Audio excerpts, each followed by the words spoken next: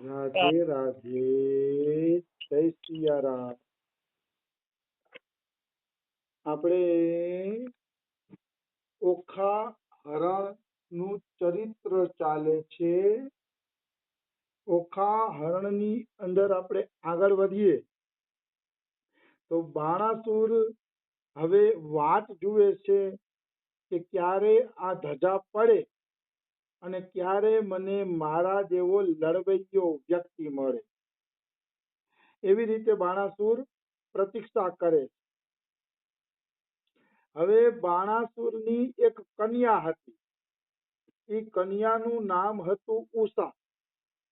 હજી આ કન્યા કુંવારી જ હતી ત્યાં એને એક દિવસ સ્વપ્ન જોયું કે અનિરુદ્ધ સાથે મારા લગ્ન થાય.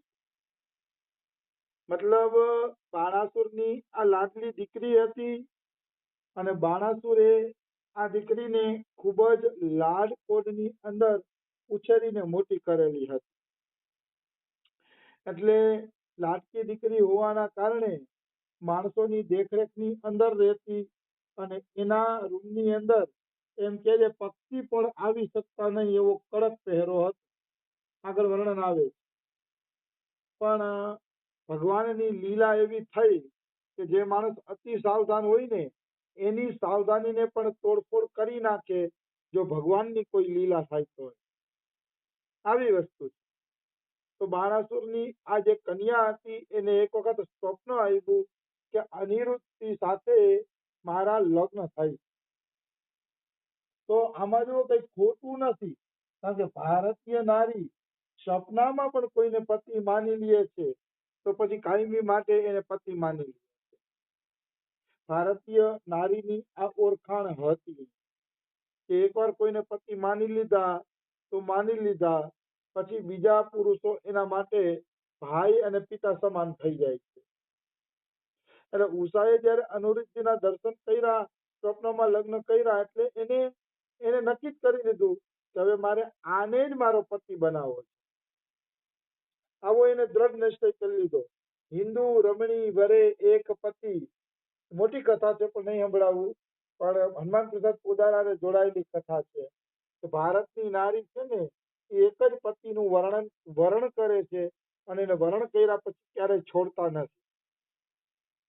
તો આશ્ચર્યની વાત તો એ છે કે અનિરુદ્ધજીને ઉષાએ ક્યારેય જોયેલા નહોતા અને અચાનક જ એના સ્વપ્નમાં આવી ગયા. આ પણ ભગવાનની કોઈક લીલા કહી શકાય કે જે વ્યક્તિને ક્યારેય જોયો નથી એ જ વ્યક્તિ આપણા સ્વપ્નમાં આવી જાય તો એ પણ એક વિચિત્ર વાત છે ને. આવું શા માટે થયું હશે? તો કે આવું થયું છે પરમ કૃપાળુ પરમાત્માની ઈચ્છાથી. ભગવાન શ્રી કૃષ્ણની ઈચ્છાથી આવું થયું છે. બાણાસુરના ગર્વના ભગવાનને ચૂરે ચૂરા કરવા છે અને પ્લસ ઉષા અનિરુદ્ધ સાથે પરણી જાય એવો યોગ ભગવાને પોતે જ બનાવેલો છે. એટલે એક કાંકરે ભગવાન બે પક્ષી મારે. બાણાસુરનો અહંકાર પણ તૂટી જાય અને ઉષા અનિરુદ્ધ જેમના યોગ થયા છે એમના લગ્ન પણ થઈ જાય. એટલે કોઈ દી અનિરુદ્ધને નહોતા જોયા તો પણ આમને સ્વપ્નમાં જોયા ઉષાએ. એ પણ એક ભગવાનની લીલા જ હતી. હવે એ સ્વપ્નમાં પોતાના પ્રાણનાથને જોઈને બાણાસુરની દીકરી ઉષા વ્યાકુળ થઈ જાય અને એમ બોલે છે, પ્રાણ પ્યારે તુમ કહા હો. એની નીંદ પણ તૂટી ગઈ. રાત્રે એમને નીંદર પણ નથી આવતી. એટલે ધીરે ધીરે એની વ્યાકુળ દશા થતી ગઈ. વ્યાકુળ દશા એટલા માટે થતી ગઈ કે અનિરુદ્ધને એ ભૂલી શકતા નથી અને અનિરુદ્ધ ક્યાંયથી મળી જાય અને પોતાને પત્ની બનાવે એવા કોઈ યોગ નથી દેખાતા. એટલે ઉષા છે ને વ્યાકુળ હતી હવે શું કરવું. આવી વસ્તુ છે. તો એકવાર તો હા પ્રાણનાથ તમે ક્યાં છો એમ પોકાર કરતી હોય છે અને અચાનક આંખ ખુલી ગઈ તો એને ખબર પડી હું તો સખીઓ વચ્ચે બેઠેલી, મારી આસપાસ તો સખીઓ બેઠેલી છે. એટલે એ સખીઓને જોઈને એ લજ્જિત થઈ ગઈ, શરમાઈ ગઈ, કારણ કે આજુબાજુમાં બધી સખીઓ બેઠી. આવી દશા ઉષાની થઈ સ્વપ્ન પછી. હવે એ બાણાસુરનો એક મંત્રી હતો અને એ મંત્રીનું નામ હતું કુંભાંડ. એ કુંભાંડની એક કન્યા હતી. એ કન્યાનું નામ હતું ચિત્રલેખા. ઉષા અને ચિત્રલેખા એ બે પાકી બેનપણી હતી. ચિત્રલેખા અને ઉષા સાથે સાથે જ રહીએ. લગભગ ચિત્રલેખાનો મોટા ભાગનો સમય તો ઉષાની સાથે જ પસાર થતો. એવી બે પાકી બેનપણી હતી. અને ચિત્રલેખા જેવી તેવી નહોતી, યોગીની હતી. એટલે ઉડવાની વિદ્યા, અદ્રશ્ય થવાની વિદ્યા વગેરે વગેરે આ બધી વિદ્યાઓની જાણકાર હતી આ ચિત્રલેખા. એટલે એ કોઈ જેવી તેવી હતી નહીં.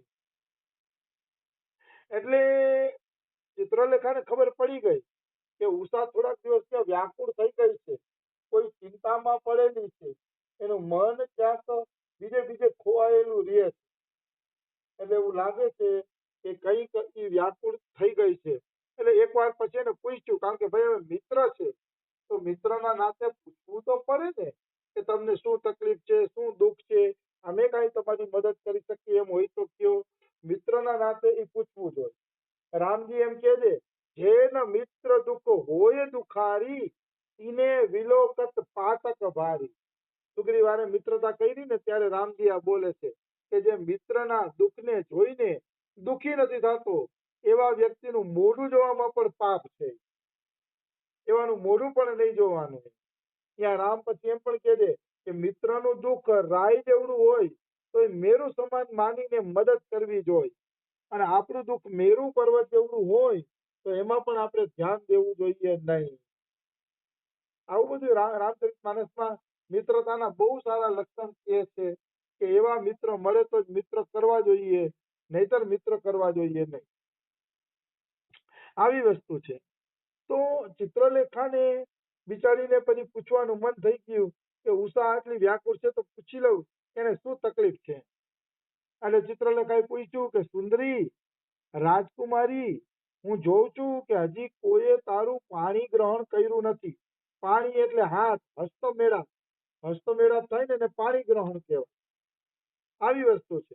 તો કે હજી સુધી તારું પાણી ગ્રહણ થયું નથી, કોઈ પુરુષ સાથે તારો હસ્તમેળાપ થયો નથી, છતાં પણ એવું લાગે છે કે તારી આંખ કોઈ પ્રેમી પુરુષને ગોતે છે, તારા પ્રિયતમને ગોતે છે, એવું મને તારી આંખ દ્વારા લાગે છે. કે તો કે હું તારી સખી છું, તું મને બતાવ કે તારે શું તકલીફ છે, કોને તું ગોતસ, કોને તું શોધસ, જો હું કઈ મદદ થશે તો મદદ કરીશ.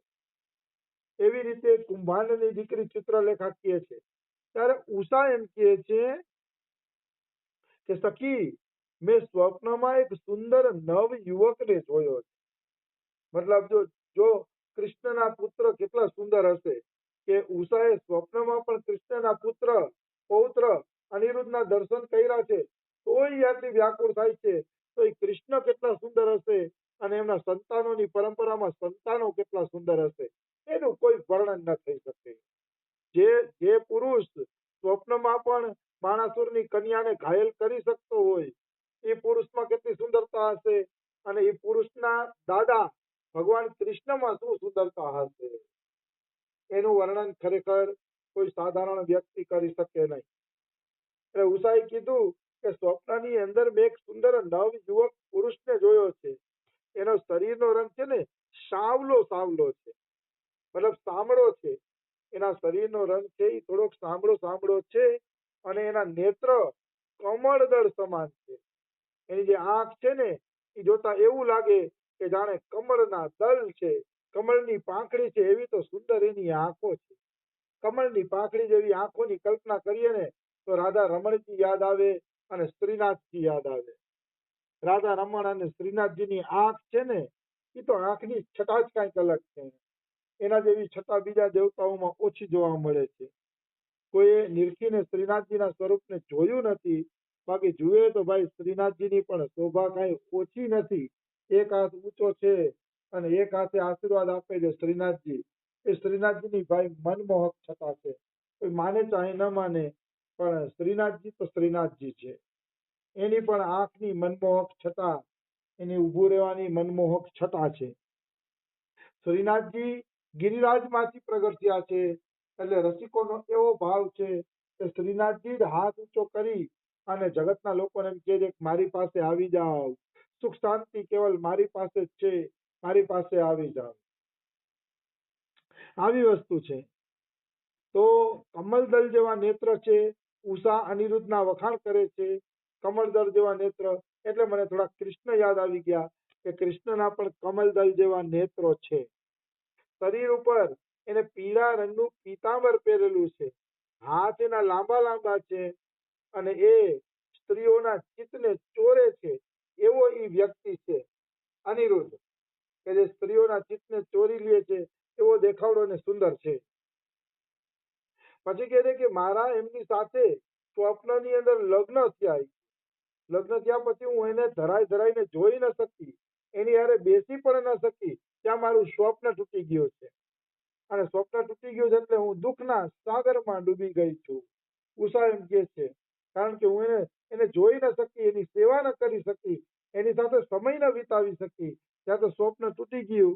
તો કે સખી હવે હું એના માટે તરસું છું કે મને મારા પ્રાણ વલ્લભના દર્શન થાય.